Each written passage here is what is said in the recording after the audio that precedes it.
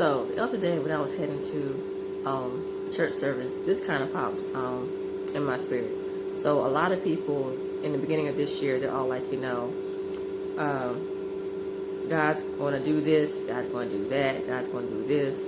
Or he promised me this, he promised me that.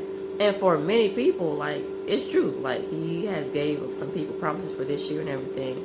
But God was letting me know, like, the part that people don't realize or don't talk about is the fact of he's not going to give you those things until your heart is prepared for it. For example, if I tell my 3-year-old, like, hey, I'm going to get you a car, type of thing, right? And so she's like, yay, I'm going to get a car. But she's only 3, though. Am I lying? No, I'm going to get her a car.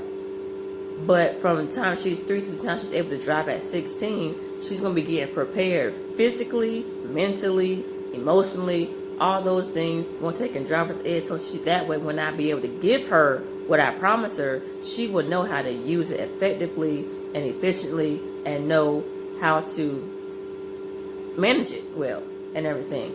And so if she turns 10 years old and she's like, Mom, where's my car? Like, you lying and everything. Like, I thought you said I'm going to get a car. I was like, you're going to get a car and everything. But because she wanted it on her time, now she thinks I am a liar. God is not a liar. If he says he's going to do something, he's going to do it. But you should question, what is he trying to do in my heart? What is he trying to prepare me for? He's letting me know, like, a lot of people's blessings and door openings will only be open when they bless their enemies. We have people that's nowadays like, if the enemy curses you, then, pray this prayer and send it back to the sender, cursing them. That ain't not even scriptural at all. He's like, bless those who curse you and everything.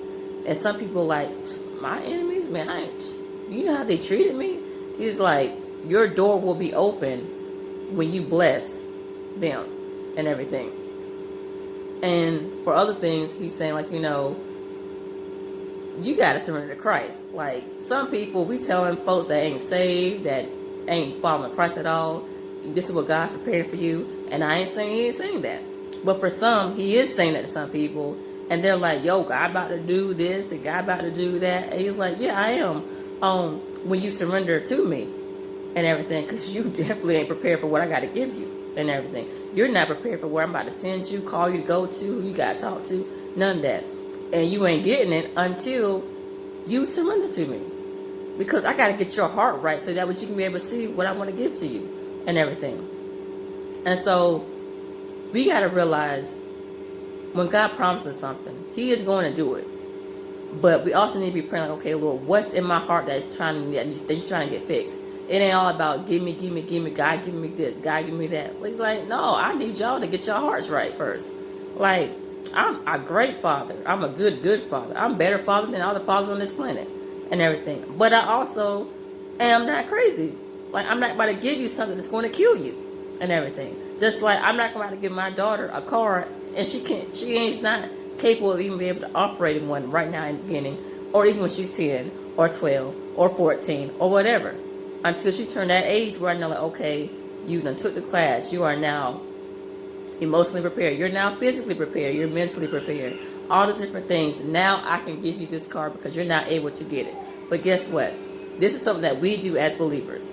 So what we do as believers, which is something that, let's say, when my daughter turns like 13 or 14, coming back up to me, was like, look, can I get a job?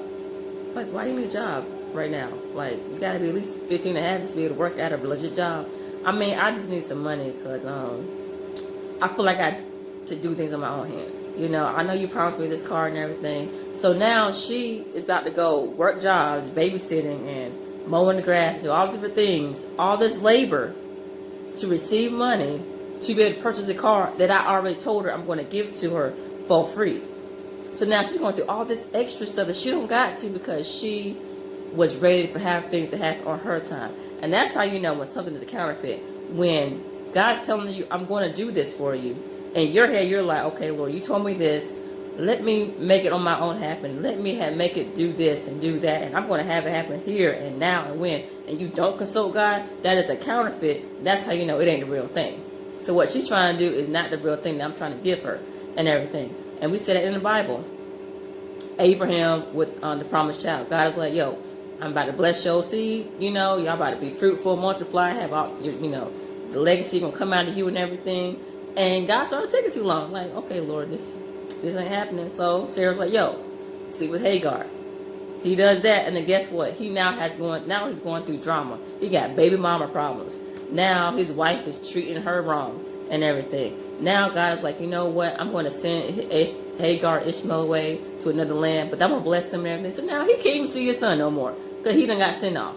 All this extra stuff, if he just obeyed God and just waited. So then he had to wait 14 more years, and then Isaac showed up. But the thing is, during those 14 plus years, even during the years when he was going through Ishmael, stuff like that, if he didn't learn about patience, if he didn't learn about trusting and seeing that God is faithful, he wouldn't have been able to go through the first test with Isaac, which was to sacrifice him. Because if God showed up, was like, yo, I'm about to bless your seed, you about to have all these kids, and got Sarah pregnant at that moment, and 9 months later had Isaac, and then God was like, I need you to sacrifice him, he would not have been able to do it. It took 14 plus years after he had Ishmael to be able to let God work on his heart. God was like, I'm not going to give you this blessing until I know you're able to use it and handle it the way I want you to and everything. God waited 14 years to make sure he didn't mess something up. And we over here upset because it's been like 50 years or 20 years or 30 years. Like, okay, Lord, you told me my man is coming, and it's been 20-some years and I don't know what's going on. He's like, instead of questioning God if he's faithful, instead of questioning, wondering like where he at or where's this at, why is this happening, check your heart. What's in me that's stopping you from giving what you told me that you wanted me to have and everything? What's in my heart that's not of you, that's impure and everything? Because at the end of the day, God, yes, he's all about blessings and favor and everything, but it's all about getting back to the Father, that relationship with Christ. And if your heart ain't right, your heart just ain't right, and you just not making it in. Simple as that. Like, your heart got to be right before you can receive anything. Like, be able to get to the gates kingdom. Your heart ain't right, and you over here doing some side mess, and you ain't surrendering to Christ, you just ain't making it in. You just not going to get whatever he told you going to give you, or whatever. Like, our hearts got to be right. So we got to check to make sure, is our hearts right? Is that why it's taking this many years or this long for me to receive what God's told me to do, etc., etc., etc., and everything? So check your heart, because you do not want to counterfeit, because technically Ishmael was the counterfeit. He came when they wanted him to come.